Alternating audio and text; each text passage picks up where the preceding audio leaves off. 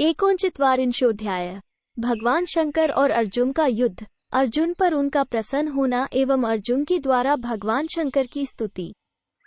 वैशंपायन जी कहते हैं, जन्मेजय, उन सब तपस्वी महात्माओं के चले जाने पर सर्वपापहारी पिनाक पाणी भगवान शंकर किरातवेश धारण करके सुवर्णमय वृक्ष के सदृश दिव्य कांति से उद्भासित होने लगे। उनका शरीर दूसरे मेरु पर्वत के समान दीप्तिमान और विशाल था। 1-2 वे एक शोभायमान धनुष और सर्पों के समान विषाक्त बाण लेकर बड़े वेग से चले, मानो साक्षात अग्निदेव ही देह धारण करके निकले हों। 3 उनके साथ भगवती उमा भी थीं, जिनका व्रत और वेश भी उन्हीं के समान था। अनेक प्रकार के वेश धारण किए भूतगण भी प्रसन्नता पूर्वक उनके पीछे हो लिए थे। इस प्रकार किरातवेश में छिपे हुए श्रीमान शिव सहस्रों स्त्रियों से घिरकर बड़ी शोभा पा रहे थे। भरतवंशी राजन, उस समय वो प्रदेश उन सबके चलने फिरने से अत्यंत सुशोभित हो रहा था। 4-5 एक ही क्षण में वो सारा वन शब्द रहित हो गया।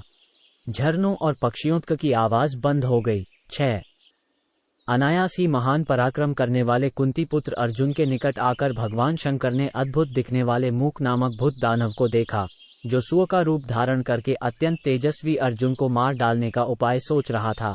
उस समय अर्जुन ने गांडीव धनुष और विषैले सर्पों के समान भयंकर बाण हाथ में ले धनुष पर प्रत्यंचा चढ़ाकर उसकी टंकार से दिशाओं को प्रतिध्वनित करके कहा। 7-9 अरे, तू यहाँ आए हुए मुझ निरपराध को मारने की घात में लगा है, इसीलिए मैं आज पहले ही तुझे यमलोक भेज दूंगा। 10 सुदृढ़ धनुष वाले अर्जुन को प्रहार के लिए उद्यत देख किरात रूपधारी भगवान शंकर ने उन्हें सहसा रोका। 11 और कहा, इंद्रकील पर्वत के समान कांति वाले इस सूअर को पहले से ही मैंने अपना लक्ष्य बना रखा है, अतः तुम न मारो।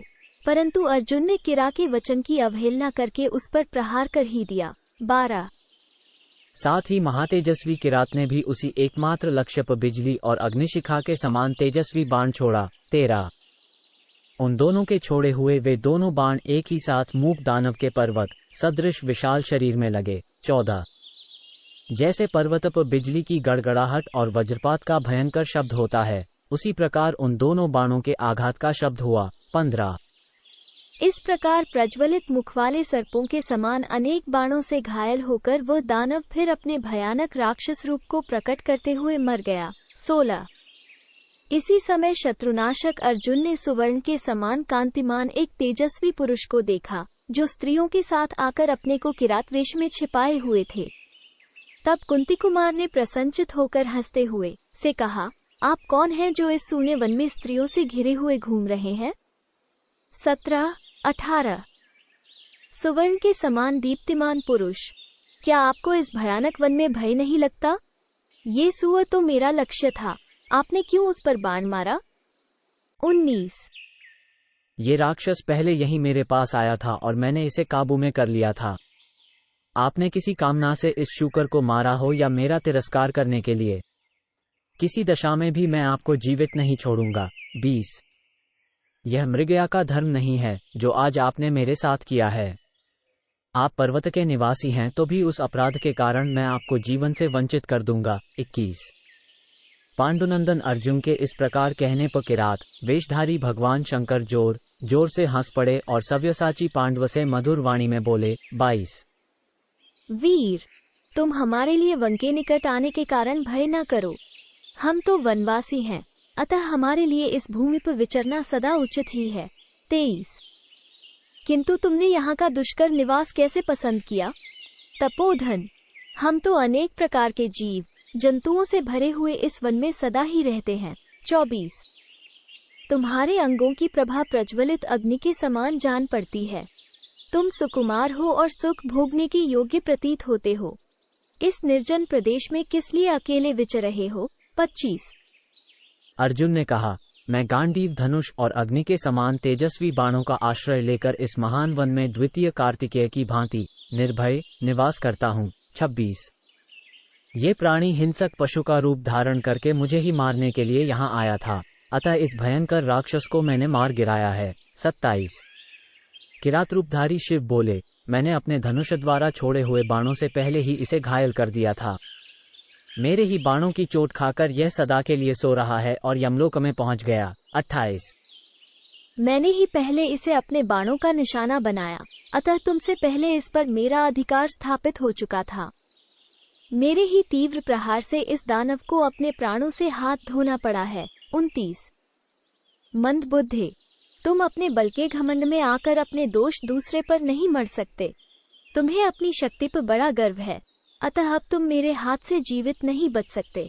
30। धैर्यपूर्वक सामने खड़े रहो, मैं वज्र के समान भयानक बाण छोड़ूंगा। तुम भी अपनी पूरी शक्ति लगाकर मुझे जीतने का प्रयास करो। मेरे ऊपर अपने बाण छोड़ो। 31। किरात की वह बात सुनकर उस समय अर्जुन को बड़ा क्रोध हुआ। उन्होंने बाणों से उस पर प्रहार आरंभ किया। 32। तब किरात ने प्रसन्नचित से अर्जुन के छोड़े हुए सभी बाणों को पकड़ लिया और कहा, ओ मूर्ख, और बाण मार, इन मर्मभेदी नाराजों का प्रहार कर। 33। उसके ऐसा कहने पर अर्जुन ने सहसा बाणों की झड़ी लगा दी। 34। तदनंतर वे दोनों क्रोध में भरकर बारंबार सर्पाकार बाणों द्वारा एक दूसरे को घायल करने लगे। उस समय उन दोनों की बड़ी शोभा होने लगी। 35। तत्पश्चात अर्जुन ने किरात पर बाणों की वर्षा प्रारंभ की, परंतु भगवान शंकर ने प्रसन्नचित से उन सब बाणों को ग्रहण कर लिया। 36। पिनाकधारी शिव दो ही घड़ी में सारी बाण वर्षा को अपने में लीन करके पर्वत की भांति अविचल भाव से खड़े रहे। उनके शरीर पर तनिक भी चोट या क्षति नहीं पहुंची थी। 37। अपनी की हुई सारी बाण वर्षा व्यर्थ हुई देख धनंजय को बड़ा आश्चर्य हुआ। वे किरात को साधुवाद देने लगे और बोले। 38। अहो, हिमालय के शिखर पर निवास करने वाले इस किरा के अंग तो बड़े सुकुमार हैं, तो भी यह गांडीव धनुष से छूटे हुए बाणों को ग्रहण कर लेता है और तनिक भी व्याकुल नहीं होता। 39। ये कौन है? साक्षात भगवान रुद्रदेव, यक्ष, देवता अथवा असुर तो नहीं है। इस श्रेष्ठ पर्वत पर देवताओं का आना जाना होता रहता है। 40। मैंने सहस्रों बार जिन बाण समूहों की वृष्टि की है, उनका वेग पिनाकधारी भगवान शंकर के सिवा दूसरा कोई नहीं सह सकता। 41। यदि यह रुद्रदेव से भिन्न व्यक्ति है तो ये देवता हो या यक्ष, मैं इसे तीखे बाणों से मारकर अभी यमलोक भेजता हूँ। 42। राजन, ये सोचकर प्रसन्नचित अर्जुन ने सहस्रों किरणों को फैलाने वाले भगवान भास्कर की भांति सैकड़ों मर्मभेदी नाराजों का प्रहार किया। 43। परंतु त्रिशूलधारी भूतभावन भगवान भव ने हर्ष भरे हृदय से उन सब नाराजों को उसी प्रकार आत्मसात कर लिया जैसे पर्वत पत्थरों की वर्षा को। 44। उस समय एक ही क्षण में अर्जुन के सारे बाण समाप्त हो चले। उन बाणों का इस प्रकार विनाश देखकर उनके मन में बड़ा भय समा गया। 45। विजयी अर्जुन ने उस समय भगवान अग्निदेव का चिंतन किया, जिन्होंने खांडवन में प्रत्यक्ष दर्शन देकर उन्हें 2 अक्षय तूणीर प्रदान किए थे। 46। वे मन सोचने लगे, मेरे सारे बाण नष्ट हो गए, अब मैं धनुष से क्या चलाऊंगा? यह कोई भूत पुरुष है जो मेरे सारे बाणों को खाए जा रहा है। अच्छा, अब मैं शूल के अग्रभाग से घायल किए जाने वाले हाथी की भांति इसे धनुष की कोटी नोक से मारकर दंडधारी यमराज के लोक में पहुंचा देता हूँ। 47। 48। ऐसा विचार कर महातेजस्वी अर्जुन ने किरात को अपने धनुष की कोटि से पकड़कर उसकी प्रत्यंचा में उसके शरीर को फंसाकर खींचा और वज्र के समान दुसह मुष्टिप्रार से पीड़ित करना प्रारंभ किया। 49। शत्रु वीरों का संहार करने वाले कुंती कुमार अर्जुन ने जब धनुष की कोटि से प्रहार किया, तब उस पर्वतीय किरात ने अर्जुन के उस दिव्य धनुष को भी अपने में लीन कर लिया। 50। तदनंतर धनुष के ग्रस्त हो जाने पर अर्जुन हाथ में तलवार लेकर खड़े हो गए और युद्ध का अंत कर देने की इच्छा से वेगपूर्वक उस पर आक्रमण किया। 51। उनकी वो तलवार पर्वतों पर भी कुंठित नहीं होती थी। कुरुनंदन अर्जुन ने अपने भुजाओं की पूरी शक्ति लगाकर किरा के मस्तक पर उस तीक्ष्ण धार वाली तलवार से वार किया। 52। परंतु उसके मस्तक से टकराते ही वो उत्तम तलवार टूक टूक हो गई। तब अर्जुन ने वृक्षों और शिलाओं से युद्ध करना आरंभ किया। 53। तब विशालकाय किरात रूपी भगवान शंकर ने उन वृक्षों और शिलाओं को भी ग्रहण कर लिया। ये देखकर महाबली कुंती कुमार अपने वज्रतुल्य मुक्कों से दुर्धर्ष किरात सदृश रूप वाले भगवान शिव पर प्रहार करने लगे। उस समय क्रोध के आवेश से अर्जुन के मुख से धूम प्रकट हो रहा था। 54-55। तदनंतर किरातरूपी भगवान शिव भी अत्यंत दारुण और इंद्र के वज्र के समान दुसह मुक्कों से मारकर अर्जुन को पीड़ा देने लगे। 56। फिर तो घमासान युद्ध में लगे हुए पांडुनंदन अर्जुन तथा किरातरूपी शिव के मुक्कों का एक दूसरे के शरीर पर प्रहार होने से बड़ा भयंकर चट चट शब्द होने लगा। 57। वृत्रासुर और इंद्र के समान उन दोनों का वो रोमांचकारी बाहुयुद्ध 2 घड़ी तक चलता रहा। 58। तत्पश्चात बलवान वीर अर्जुन ने अपनी छाती से किरात को बड़े जोर से मारा। तब महाबली किरात ने भी विपरीत चेष्टा करने वाले पांडुनंदन अर्जुन पर आघात किया। 59।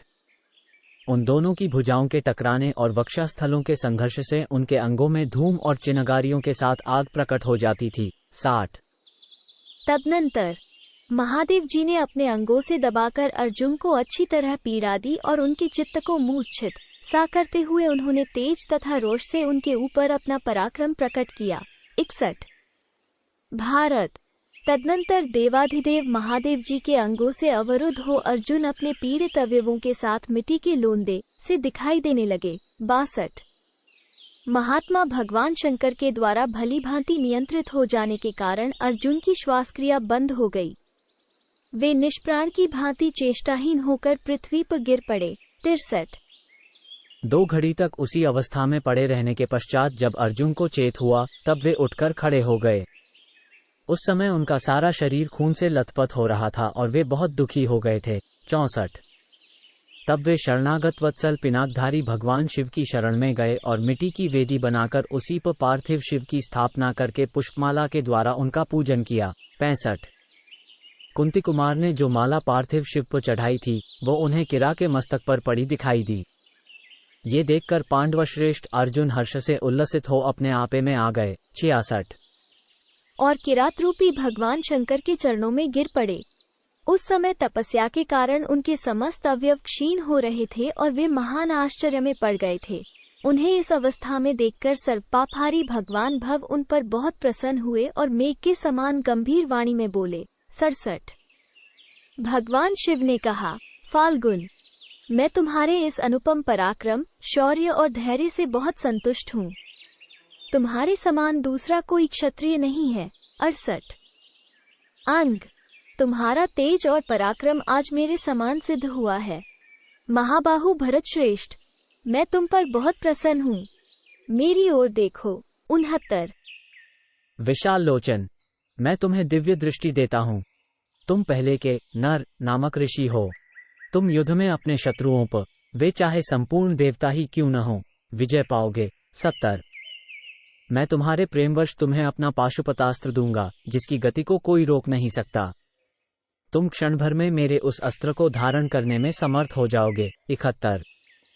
वैशंपायन जी कहते हैं, जन्मेजय, तदनंतर अर्जुन ने शूलपाणी महातेजस्वी महादेव जी का देवी पार्वती सहित दर्शन किया। 72। शत्रुओं की राजधानी पर विजय पाने वाले कुंती कुमार ने उनके आगे पृथ्वी पर घुटने टेक दिए और सिर से प्रणाम करके शिवजी को प्रसन्न किया। 73। अर्जुन बोले, जटाजूधारी सर्वदेवेश्वर देवदेव महादेव, आप भगदेवता के नेत्रों का विनाश करने वाले हैं। आपकी ग्रीवा में नील चिन्ह शोभा पा रहा है। आप अपने मस्तक पर सुंदर जटा धारण करते हैं। 74। प्रभु, मैं आपको समस्त कारणों में सर्वश्रेष्ठ कारण मानता हूँ। आप त्रिनेत्रधारी तथा सर्वव्यापी हैं, संपूर्ण देवताओं के आश्रय हैं। देव, ये संपूर्ण विश्व आपसे ही उत्पन्न हुआ है। 75। देवता, असुर और मनुष्यों सहित तीनों लोग भी आपको पराजित नहीं कर सकते। आप ही विष्णु रूप शिव तथा शिव स्वरूप विष्णु हैं। आपको नमस्कार है। 76। दक्ष यज्ञ का विनाश करने वाले हरिहर रूप आपको नमस्कार है। आपके ललाट में तृतीय नेत्र शोभा पाता है। आपका संहारक होने के कारण शर्व कहलाते हैं। भक्तों की अभीष्ट कामनाओं की वर्षा करने के कारण आपका नाम मीडवान वर्षणशील है। अपने हाथ में त्रिशूल धारण करने वाले आपको नमस्कार है। 77। पिनाक रक्षक, सूर्य स्वरूप, मंगलकारक और सृष्टिकर्ता आप परमेश्वर को नमस्कार है। भगवन, सर्वभूत महेश्वर, मैं आपको प्रसन्न करना चाहता हूँ। 78। आप भूतगणों के स्वामी, संपूर्ण का कल्याण करने वाले तथा के कारण के भी कारण हैं। प्रकृति और पुरुष दोनों से परे अत्यंत सूक्ष्म स्वरूप तथा भक्तों के पापों को हरने वाले हैं। 79। कल्याणकारी भगवन, मेरा अपराध क्षमा कीजिए। भगवन, मैं आप ही के दर्शन की इच्छा लेकर इस महान पर्वत पर आया हूँ। 80। देवेश्वर, ये शैल शिखर तपस्वियों का उत्तम आश्रय तथा आपका प्रिय निवास स्थान है। प्रभु, संपूर्ण विश्व आपके चरणों में वंदना करता है। मैं आपसे ये प्रार्थना करता हूँ कि आप मुझ पर प्रसन्न हो। 81। महादेव, अत्यंत साहसवश मैंने जो आपके साथ यह युद्ध किया है, इसमें मेरा अपराध नहीं है। यह अनजान में मुझसे बन गया है। शंकर, मैं अब आपकी शरण में आया हूँ। आप मेरी उस धृष्टता को क्षमा करें। वैशंपायन जी ने कहा, जन्मेजय। तब महातेजस्वी भगवान वृषभध्वज ने अर्जुन का सुंदर हाथ पकड़कर उनसे हंसते हुए कहा, मैंने तुम्हारा अपराध पहले से ही क्षमा कर दिया। 83। फिर उन्हें दोनों भुजाओं से खींचकर हृदय से लगाया और प्रसन्नचित हो वृष के चिन्ह से अंकित ध्वजा धारण करने वाले भगवान रुद्र ने पुनः कुंती कुमार को सांत्वना देते हुए कहा। 84। इति श्री महाभारते वनपर्वणि कैराटपर्वणि महादेवस्त्वे एकोनचत्वारिंशोऽध्याय। 39। इस प्रकार श्री महाभारत वनपर्व के अंतर्गत कैराट पर्व में महादेव जी की स्तुति से संबंध रखने वाला 39वां अध्याय पूरा हुआ। 39।